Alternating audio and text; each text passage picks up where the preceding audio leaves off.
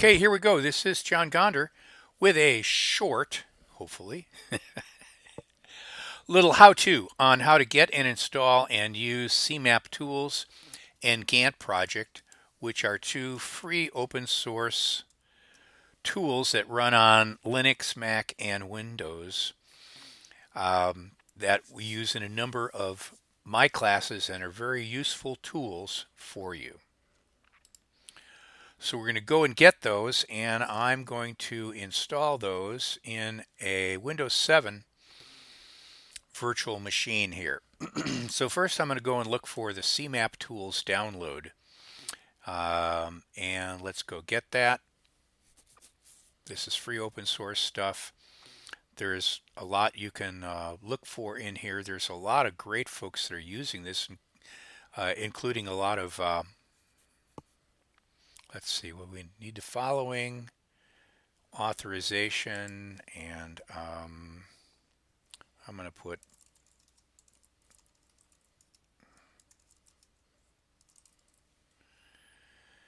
and I'm going to say I'm higher education,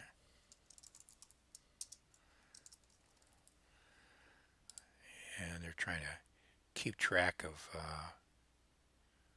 who's using this, which I don't mind. Here, United States. Target OS in this case is Windows, and 1 plus 5 equals 6.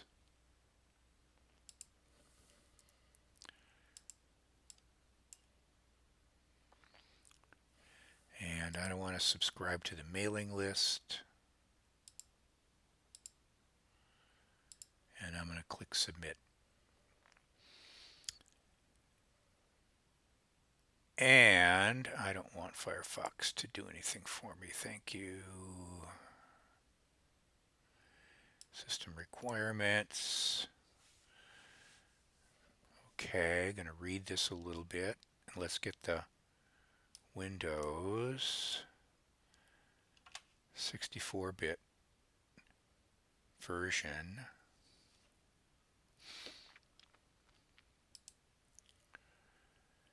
Linux. So there's a bunch of different versions available. I'm curious whether this latest Mac OS X version is going to be compatible with the upcoming Mac operating system change, but I guess we will see.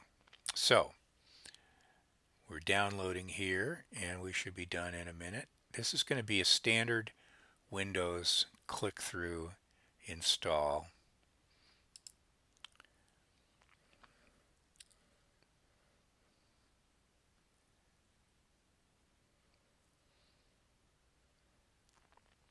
A little bit slow on the download here.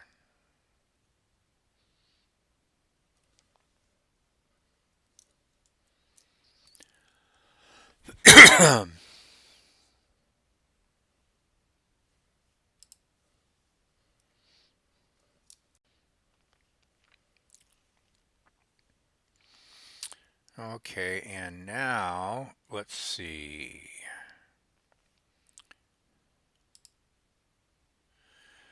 We got the installer opening up here.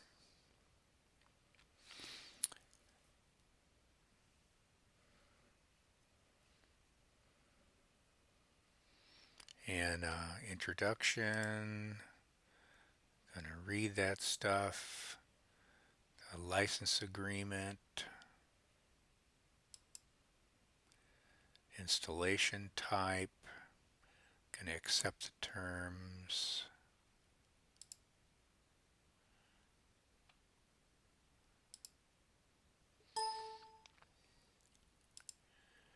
And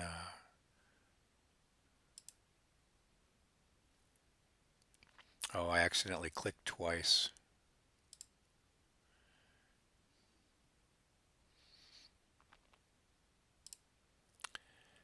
And we're going to move on through here. You know what I think I'm going to do here? Typical configuration. What I think I'm going to do here is take a few screenshots and then put that into this PowerPoint. So a typical configuration is what you would want to use unless there's a real reason for you not to do that. Um, there are a lot of options in here for both advanced users, network administrators. We're choosing this just as a standalone computer. There's a lot of features in here for you to explore if you want. In my classes, we're going to be using just the basic features to create a mind map. So as you click through the install, it lets you know what's required and where it's going to be put. Now, there's a lot of stuff out there on the cloud that people have put out there about all kinds of mind maps that you can explore and take a look at once you start looking inside this. And again, there's a lot of languages in which it operates because this is a free open source software item intended to be used really all around the world. And so once you're all complete, then you can go and look for things and you can start making mind maps from relatively simple things, examples, to more complex things. Like in the past, I've used to create a mind map that has live links, to give a visual indication of the structure of a class site page. To use to demonstrate a logical process, like say for instance in Cisco CCNA or CCNP, determining the OSPF router ID for OSPF routing. What do you do? What do you look for? And in each case, what do you do? Depending on what you see.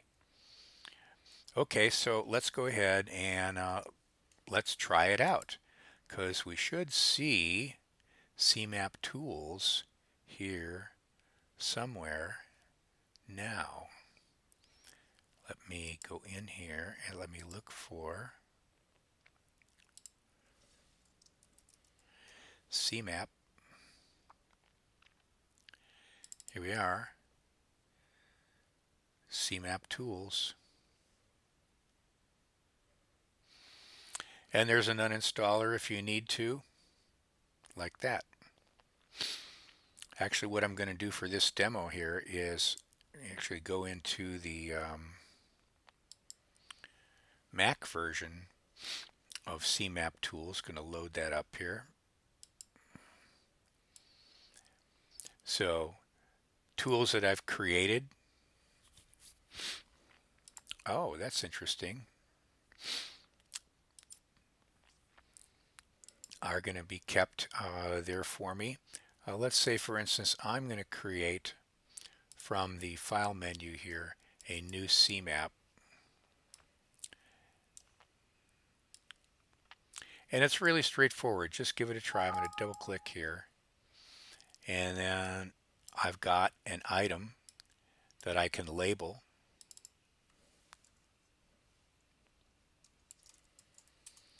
And double click here. And I've got an item that I can label. I can adjust fonts and sizes. I can align things. I can, with regard to the object itself, characteristics, shadow, colors, shapes, line types, right, and organize things. And then I can save it a lot of different ways. As a CMAP, I can save it as an image file. Now, when I want to create a relationship, then I start to drag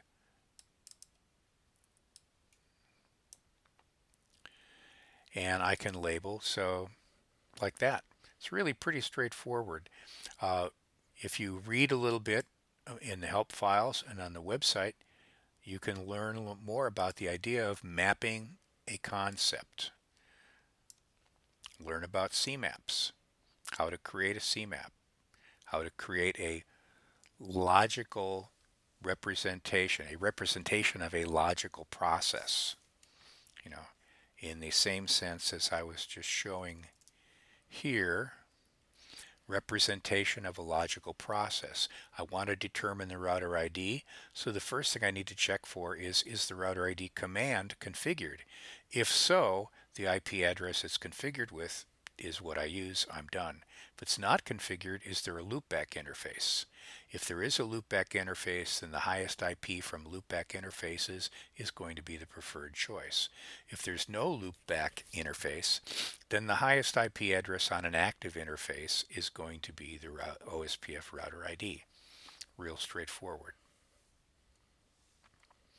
Okay, so there we go. Now let's go on to the Gantt project. Okay, Gantt project is up here. Ganttproject.biz is where it's at. When you go to the download, now you're going to be asked, if you want to contribute to the project, $5 or something. You can also download it free. Notice you've been seeing on the web a lot since the EU has made some changes in rules as far as cookies. Lots of websites are telling you, "Hey, we got cookies. Hey, we got cookies," all over the place. So if you click on here, you're going to be asked for $5. If you scroll on down farther, you're going to see where there's actually free download here.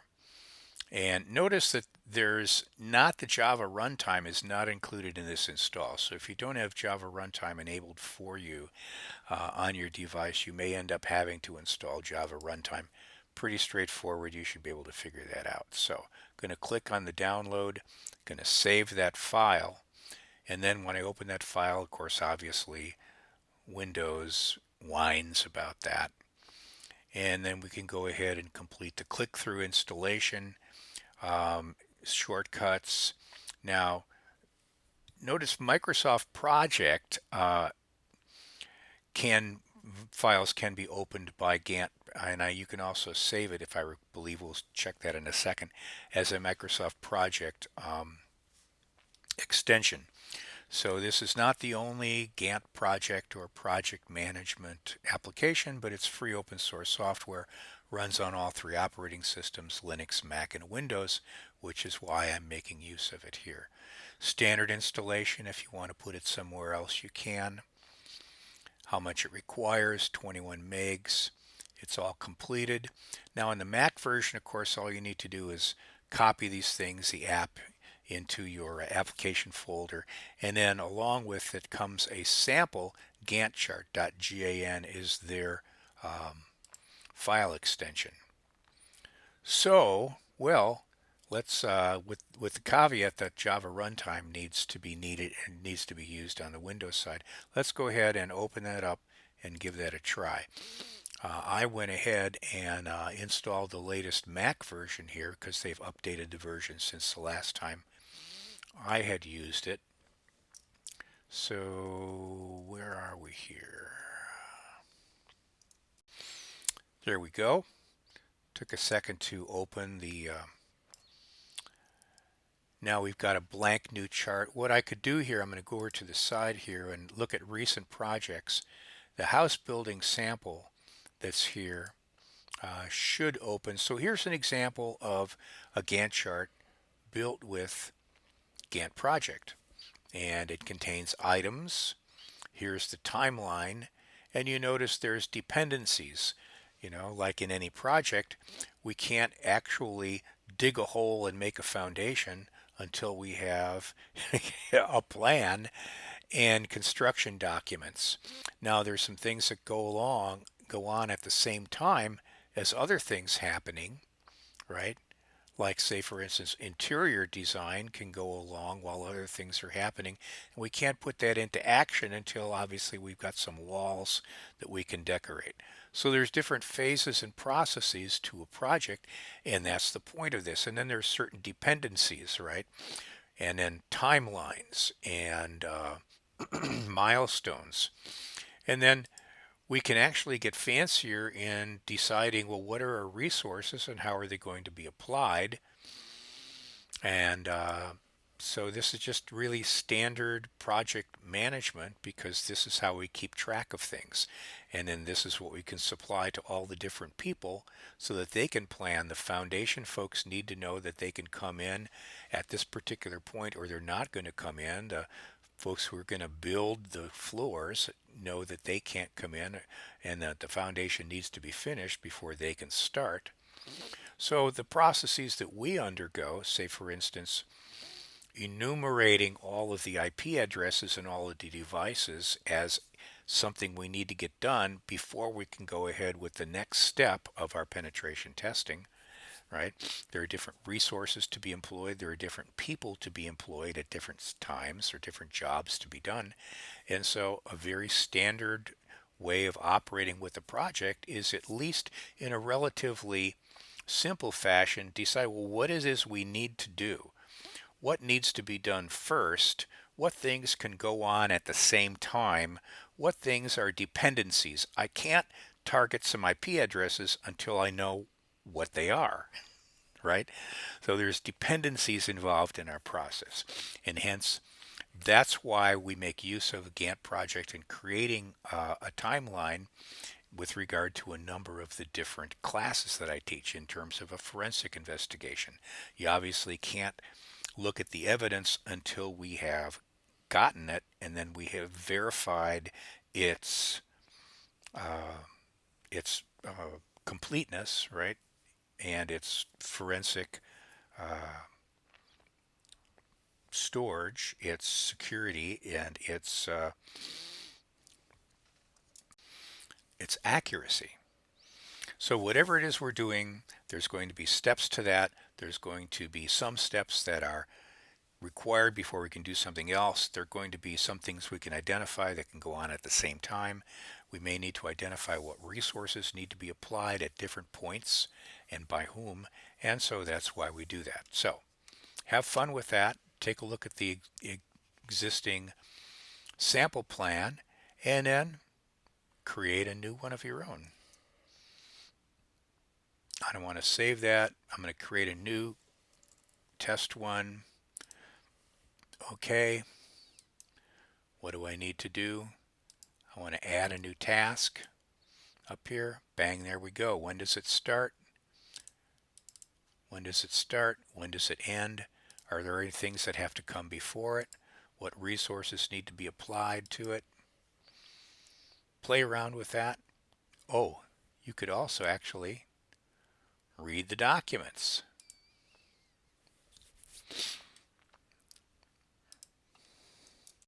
Up on the website is various kinds of documentations, a support portal. There's an older forum. There's a sort of bits of documentation and a blog, etc., etc. And I'm okay with cookies. So there you go. That's getting and installing CMAP tools and Gantt project, which are used in several of the classes that I teach and are really good and free and open source tools for you to have in your toolbox. So enjoy, and we'll see you on the net. Hopefully you're having a lot of fun with that. These are really important things to be able to do with regard to bringing information to the people that are